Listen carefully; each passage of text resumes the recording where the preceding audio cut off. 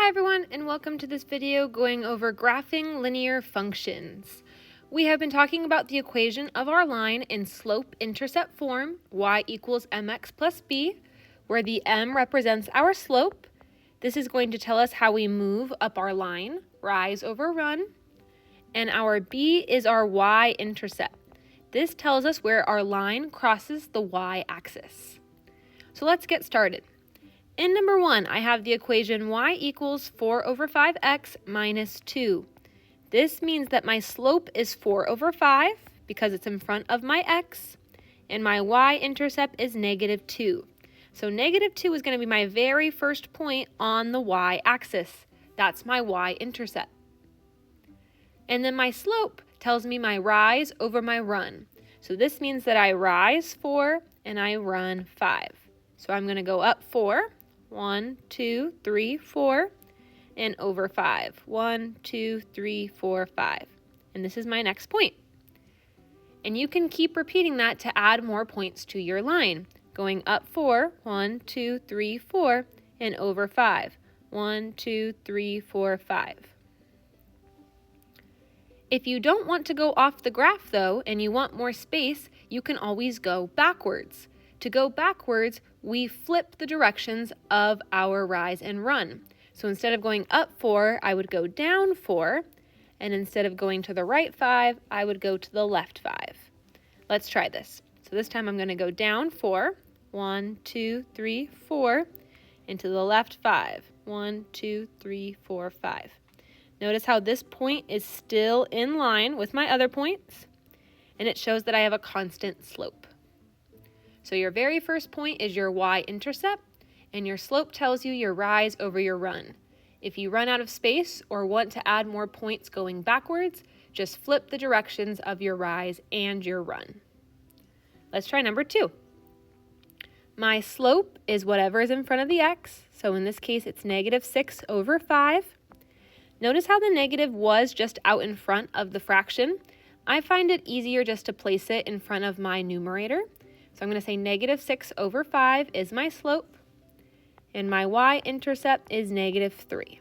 So negative 3 is my very first point on the y-axis. And this time, since my slope is negative, I'm going to go down 6 and to the right 5. So I'm going to go down 6, 1, 2, 3. I ran out of room. So if you run out of room, we need to go backwards, and I do that by flipping the directions of my rise and run. So instead of going down and to the right, I am going to go up and to the left. So to go up 6, 1, 2, 3, 4, 5, 6. And to the left 5, 1, 2, 3, 4, 5. And notice when I connect my 2 points, my line is going down from left to right. This is because my slope was negative. So if you ever notice that your equation has a negative slope, make sure that your line is going down from left to right.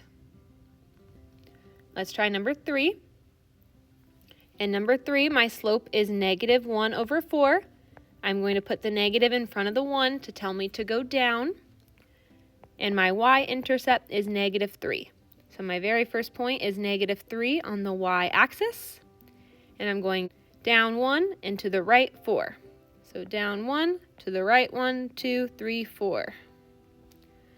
It looks like I don't have enough space to go over 4 again, so I can go backwards by going up 1 and to the left 4. So up 1 and to the left 4. And notice how my line is going down, which makes sense because my slope was negative. Looking at number 4, my slope is 5 over 4 because that is what is in front of my x. But notice how I have no number afterwards. There is nothing being added or subtracted to the 5 over 4x, which means that my y-intercept is 0. Imagine that we're adding 0 or subtracting 0 after the 5 over 4x, which means my y-intercept is 0. So 0 is my very first point, and a slope of 5 over 4 tells me that I'm going up 5 and to the right 4. So up 5 and to the right 4. To go backwards, I flip these directions, and so I would go down 5 and to the left 4. Down 5 and to the left 4. And notice how my line is going up from left to right, and this is because my slope is positive. Just a couple more. In 5, my slope is -7/3, because that is what is in front of my x. And my y-intercept is -5. So my very first point is -5 on the y-axis, and I'm supposed to go down 7 and to the right 3. But I don't have enough space to go down 7, so I'm going to go backwards by going up 7 and to the left 3. Make sure when you go backwards that you flip both directions. So going up 7 and to the left 3. And my line is going down because my slope was negative. Last one, my slope is 5/4. That is what is in front of my x. And my y-intercept is 4. So my very first point is 4. And I need to go up 5 and to the right 4. But I don't have enough room, so I'm going to go backwards by going down 5 and to the left 4. So down 5 and to the left 4. And my line is going up from left to right because my slope is positive. And so that is how we graph linear functions written in slope-intercept form. What we are going to try now is, given a graph, we want to be the ones to write the slope-intercept form of the line. So in order to write the slope-intercept form of a line, I need the slope and the y-intercept. The y-intercept is easy to spot. It's where my line crosses the y-axis. So in number 7, I cross the y-axis at -4. So this tells me that my b value is going to be -4. Now I need my slope.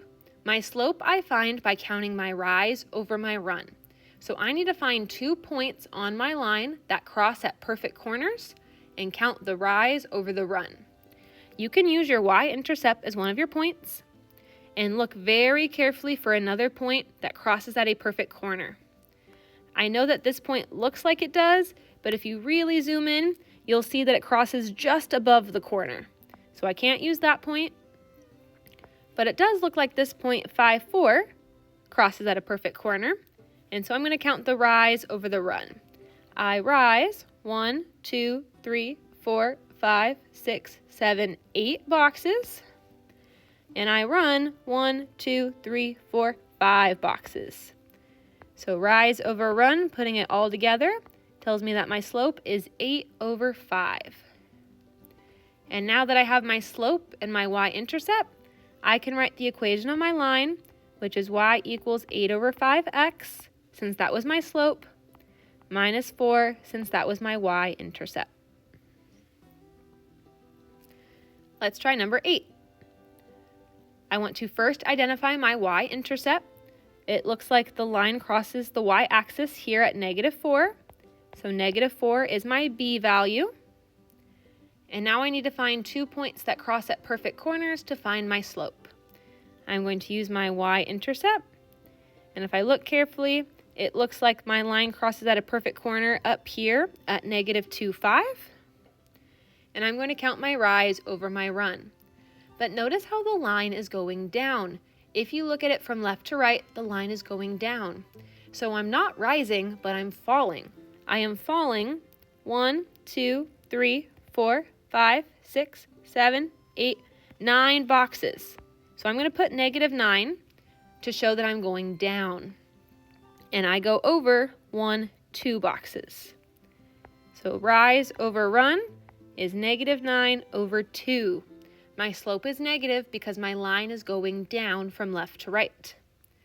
Putting this all together, y equals -9/2x, which is my slope, minus 4, which is my y-intercept. Let's move on to number 9. In number 9, my y-intercept is 3. That's where I cross the y-axis. And so that is one perfect point. And I need to find one more point that crosses at a perfect corner. It looks like this point down here, 5, -1, crosses at a perfect corner. And notice how my line is going down. So I am falling. I am falling 1, 2, 3, 4 boxes. So I'm going to write -4. And I go over 1, 2, 3, 4, 5 boxes. So my slope is going to be -4 over 5. And putting this all together, the equation of my line is y equals -4 over 5x. That is the slope, plus 3, because that is the y-intercept. Let's try number 10. In number 10, my line crosses the y-axis at -1. So b is equal to -1. And that is one perfect point. And it looks like another point where my line crosses at a perfect corner is the point 3, 1. So I go up 1, 2 boxes and over 1, 2, 3 boxes. So rise over run, my slope is 2 over 3. And it's positive because my line is going up from left to right. And so putting this all together, the equation of my line is y equals 2 over 3x minus 1.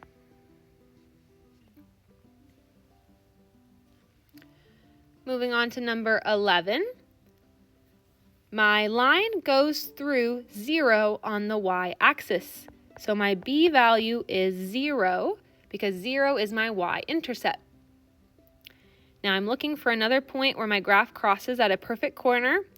And I see this point, -1, 3. And notice how I'm going down. So my rise is -3 and I run 1. So my slope is -3 over 1. If you are ever dividing by 1, you can just write the number on top. -3 divided by 1 is just -3. And putting this all together, since I don't have a y-intercept, I can just leave this as y equals -3x. Moving on to number 12. My line crosses my y-axis at -1, so my b value is -1.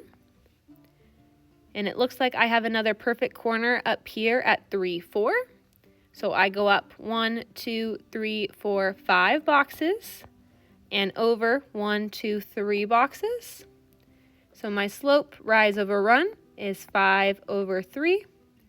And putting this all together, my equation is y equals 5 over 3x minus 1. My slope is positive because my line is going up from left to right. Just 2 more. In 13, my line crosses the y-axis at -5.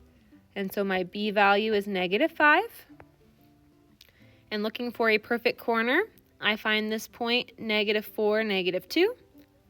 And my line is going down. So I go down 1, 2, 3 boxes. And I go over 1, 2, 3, 4 boxes. So my slope is -3 over 4.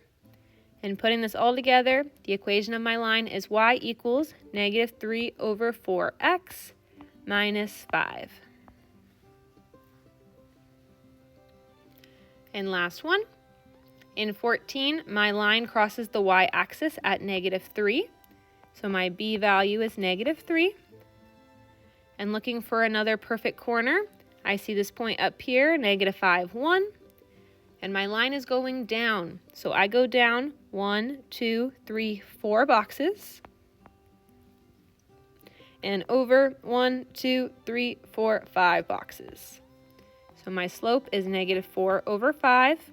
It's negative because my line is going down. And my entire equation is y equals -4 over 5x minus 3.